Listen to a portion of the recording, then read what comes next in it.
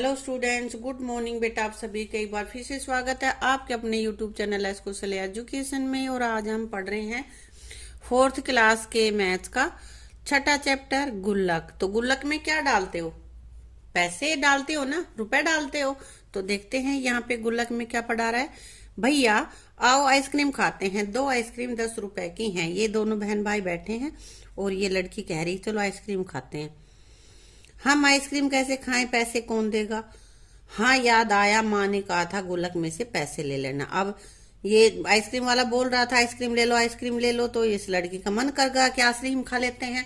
लेकिन ये कहता है पैसे कहाँ से आएंगे? फिर उसको याद आता अरे माँ ने कहा था गुल्लक से ले लेना। तो अब यहाँ पे ये गुल्लक में देख रही कितने पैसे इसने गुल्लक में से निकाले हैं। तो ये कह रही है भैया आपकी गुल्लक में से 1 रुपए के 5 सिक्के, 50 पैसे के 8 सिक्के और 2 रुपए के 3 सिक्के निकले हैं। 1 रुपए के 5 सिक्के यानी कि 1 1 1 1 5 बार लिखेंगे तो कितने हो जाएंगे? 5। 50 पैसे के 8 सिक्के, ये कितने हो गए? 4 रुपए, क्योंकि 50 50 2 बार जोड़ेंगे तो 100 पैसे हो जाएंगे और 100 पैसे का 1 रुपए होता है, तो यहाँ हो जाएंगे 4 रुपए। 2 रुपए के 3 सिक्के, 2 की और 3 की गुणा करोगे तो 6 रुपए। तो कुल कितने रुपए हो गए? 5 और 4 9 और 6 15। 15 रुपए हो गए गुल्लक में से। अब ये कह रहे चलो अब आइसक्रीम खाते हैं। ले आए आइसक्रीम, ये है ना। अब यहाँ पे बेटा देखो सामान रखा है और उसकी यहाँ पे सामने पर्ची लगा रखी है, उसका मूल्य बता रखा है कितना है।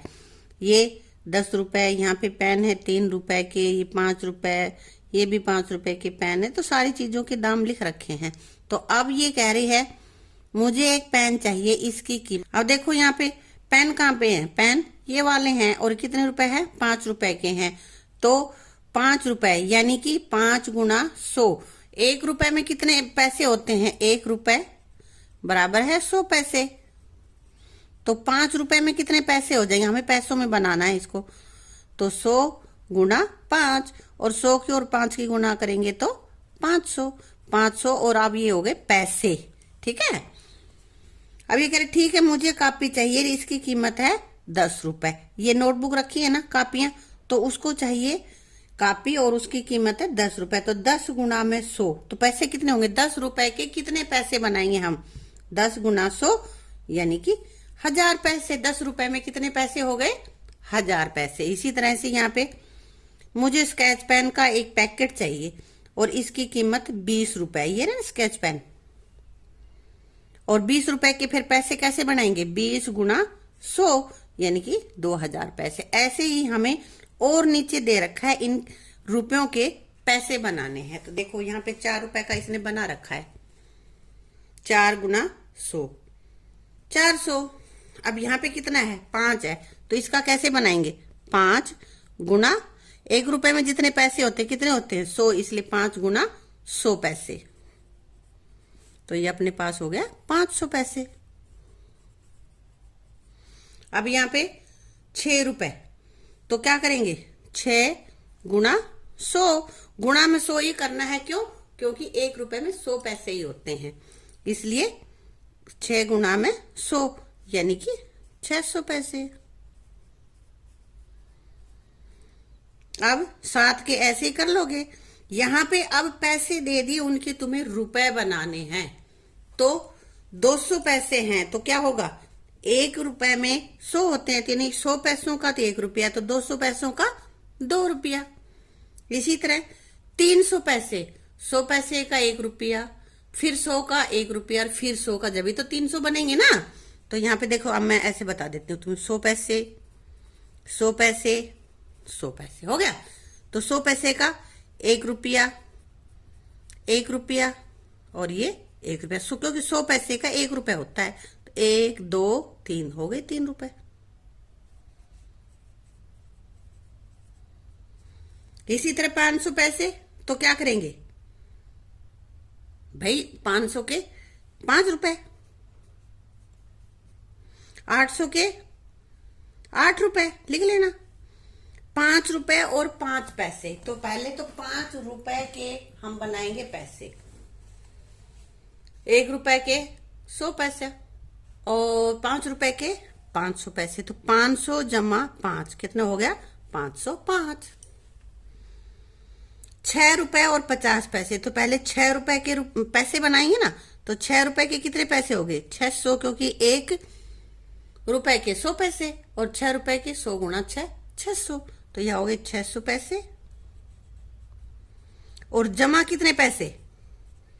ये 50 पैसे। तो 600 में जब 50 जोड़ेंगे तो क्या आएगा? 0। 0 में 5 जोड़ दिया, 5 और 6 के 6। तो ये अपने पास हो गया 650 पैसे। ठीक है ना? इसी तरह से इसके लिख लोगे।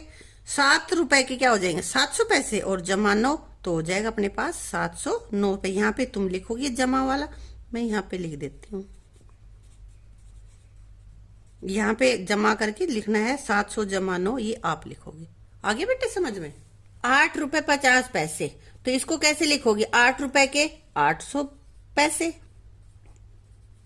और जमा 50। तो टोटल कितना हो गया? 850 पैसे। 19 रुपए 13 पैसे। तो 19 रुपए के कितने पैसे हो गए? 1900। 100 लगा देंगे इसके बाद में। और जमा, ये जमा का निशान आएगा बेटा, 13 पैसे। तो क्या हो जाएगा? 1900 में 13 जोड़ोगे तो 1913 पैसे। अगर 1900 और 13 किसी को सीधा नहीं जोड़ना है तो ऊपर नीचे लिख के भी जोड़ सकते हैं, जैसे 1900 और जमा 13 ऐसे जोड़ लो। अब कह रहा है 550 पैसे को हम कैसे लिख सकते हैं? 5 रुपए 50 पैसे पीछे भी हमने सीखा है ना ऐसा। इसको हम एक और तरीके से भी लिख सकते हैं। 5.50 यानी कि रुपए के बाद जितने रुपए हैं उसके बाद एक बिंदी लगा देते हैं, इसको हम कहते हैं दशमलव। ये तुम्हें ध्यान रखना है कि ये जैसे 5 के बाद जो दशमलव लगती है वो नीचे लगती है, यहां मत लगा देना। ऊपर नहीं लगेगी, बीच में नहीं लगेगी, नीचे लगेगी ये वाली। ये ऐसे लिखी जाएगी, ऐसे। अगर तुमने ऐसे लिख दिया तो ये गलत होगा। ठीक है? तो यहाँ पे हम देखो 452 को लिखेंगे तो कैसे लिखेंगे? 4 रुपए और पैसे कितने इसमें? 52 पैसे। और इसको हम अगर दशमलव में लिखेंगे तो कैसे लिखेंगे? 4.52। और दशमलव के बाद कोई भी अंक अलग अलग बोला जाएगा, इकट्ठा नहीं बोला जाएगा। इसको हम 4.52 नहीं कह सकते, हम कहेंगे 4.52 और ये रुपए। इसी तरह यहाँ पे है 928। 900 का कितना हो जाएगा? 9 रुपए और 28 पैसे। 9.28। 1080 पैसे। तो 1000 रुपए मतलब 1000 पैसों के कितने रुपए होंगे? 10 रुपए होंगे ना। 100 गुणा 10 करेंगे तो 1000 बनेगा। या हम 1000 को 10 से भाग दे लें, 100 से भाग दे लें तो भी 10 आएगा। तो यहाँ पे 10 रुपए में 1000 पैसे होते, तो यहाँ हो जाएगा 10 रुपए और फिर 80 पैसे। आप इनको अगर दशमलव में लिखेंगे तो कैसे लिखेंगे? 10.80 और दशमलव के बाद ये वाला जो लास्ट में अगर 0 है तो उसको लिखना जरूरी नहीं होता। इसको हम ऐसे भी लिख सकते हैं 10.8 पैसे रुपए। ठीक है बेटा? अब आगे क्या है? पतंग दे रखी है और नीचे इनकी ये डोरी है, तो इसकी कीमत लिखी हुई है। तो पतंग पे जितना मूल्य है उतने ही मूल्य के नीचे जो ऊपर रुपए और पैसों में दे रखा है, यहाँ पे किस में दे रखा है? सिर्फ पैसों में। तो उसको मिलाना है। जैसे यहाँ पे 1 रुपए 50 पैसा। 1 रुपए 50 पैसे के कितने पैसे हो गए? 1 रुपए में 100, 100 और 50 कितना हो जाता है? 150 है ना। तो देखो 150 पैसे कहाँ है? तो इस पतंग को हम यहां मिलाएंगे। आ गया? ये इसने मिलाए रखा है 4 रुपए 50 पैसे।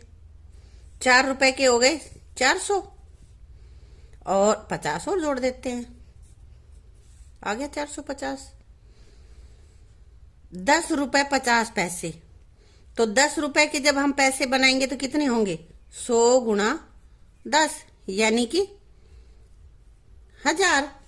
और इसमें कितने पैसे जोड़ने हैं? 50। 1050 हो जाएगा ना। और 1050 पैसे कहाँ पे है? ये रहे अपने नीचे इस काइट की डोर से यहां तक मिला दिया।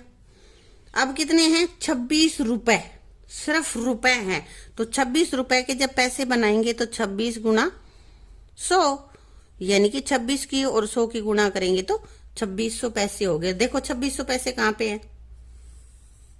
ऐसे 51 रुपए 50 पैसे। तो 51 रुपए के पैसे कितने होंगे? 51 गुणा 100, यानी कि 5100, और 50 पैसे जमा में 50, 5150। अब देखो कहां पे है, ये रहा। ये बेटा मैंने तुम्हें सोल्व करके दिखाया है, जरूरी नहीं है आप यहाँ पे करो। अगर आपको समझ में आ ही जाता है तो यहाँ ऐसे ही मिला भी सकते हो। पतंग की डोरियां नीचे हैं और ये पतंग की डोरी से इसको मिलाना है। अब आगे देखो, एक दुकान लगी हुई है और उस पे आओ कुछ स्टेशनरी खरीदे। स्टेशनरी क्या होती है? ज्योमेट्री, रबर, पेंसिल, कॉपी, ये सारी चीजें स्टेशनरी में आती है, जो पढ़ाई से रिलेटेड चीजें होती हैं। कविता ने एक कॉपी और एक ज्योमेट्री बॉक्स खरीदा तो उसे कितने रुपए देने होंगे? अब यहाँ पे देखो ज्योमेट्री कहाँ पे, शायद ये ज्योमेट्री बॉक्स है और ये 20 रुपए का है, तो ये इसमें शायद ये नोटबुक रखी होंगी, है ना। और 3 रुपए के ये पेन होंगे। चित्र थोड़ा कम दिखाई दे रहा है बेटा। यहाँ पे क्या है? 2 रुपए की एक ये पेंसिल है। 20 रुपए का एक पैकेट, ये कलर होंगे। और ये क्या है? गोंद है। ये 10 रुपए का एक। तो इसमें से हमें देखना है एक कॉपी और एक ज्योमेट्री बॉक्स। तो कॉपी कहाँ पे है? यहाँ पे है 20 रुपए की, और ज्योमेट्री बॉक्स 10 रुपए का। तो कितने का आ जाएगा? 20 जमा 10 बराबर है 30 रुपए। और राहुल ने 2 पेंसिलें खरीदी हैं और एक रबड़ खरीदा है। तो पेंसिलें कहाँ पे हैं? ये होंगे फिर अपने यहाँ पे रबड़, है ना, यही है। और तो कुछ कहीं पे दिखाई नहीं दे रहा, तो यही होंगे रबड़। ये 2 रुपए का एक रबड़ है और पेंसिल कितनी है? 2 पेंसिल है। तो फिर ये अपने पास है पेंसिल। तो यहाँ पे क्या करना है? 2 पेंसिल और एक रबड़। तो एक पेंसिल का है मूल्य 3 रुपए, तो 2 पेंसिल का 3 दूनी 6 है, 2 रुपए। 3 दूनी 6 रुपए हो गया ना। और एक खरीद रहा है रबड़, तो एक रबड़ की कीमत क्या है? 2 रुपए। पिक्चर थोड़ा कम समझ में आ रही, दिखाई कम दे रही है, इसलिए शायद कुछ समझने में दिक्कत आ रही है हमें। ठीक है, तो 8 रुपए में खरीद लेगा राहुल इसको। और मदन ने खरीदा क्या? एक पेन, एक कॉपी और एक ज्योमेट्री बॉक्स। तो कॉपी की कीमत कितनी है? 20, ज्योमेट्री बॉक्स 10 और पेन कितने का है? 3। तो पहले पेन है ना, तो यहां हम लिखेंगे 3। ज्योमेट्री बॉक्स 10 रुपए का। और क्या खरीदा इसने? एक कॉपी। कॉपी है 20 रुपए की। पहले कॉपी का मूल्य लिखेंगे हम और फिर लिखेंगे ज्योमेट्री बॉक्स का। अब इनको जोड़ दो, कितने हो गए? ये हो गए अपने पास 33 रुपए। ठीक है, इसी तरह से बेटा आप जब भी कोई सामान लेके आते हो दुकान से, या दुकान से कोई और लाता है, घर पे अपने मम्मी पापा लाते हैं, तो उनका हिसाब करके तुम देखो ताकि तुम्हें अच्छे से समझ में आ जाए। ठीक है, थैंक यू।